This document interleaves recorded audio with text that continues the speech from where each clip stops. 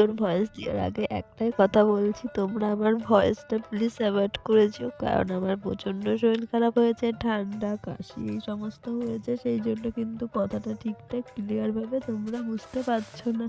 ১ মিনিটের একটা ভয়েস দিতে গিয়ে প্রচুরবার আমাকে অফ করে কেটে, কেটে ভয়েসটা দিতে হচ্ছে। আশা করি তোমরা আমার গলার ভয়েসেই বুঝতে পারছো আমার কতটা কষ্ট হচ্ছে। এখন যে ভিডিওটা তোমাদের সাথে শেয়ার করছি এটা হলো পুজোর সমস্ত বাজার, কি, কি বাজার করে এনেছে সেটাই কিন্তু তোমাদের সাথে আমি ছোট্ট করে মিনি ব্লগের মাধ্যমে শেয়ার করছি। যতটা পাচ্ছি আমার সাধ্যমতো তোমাদেরকে দেখাচ্ছি।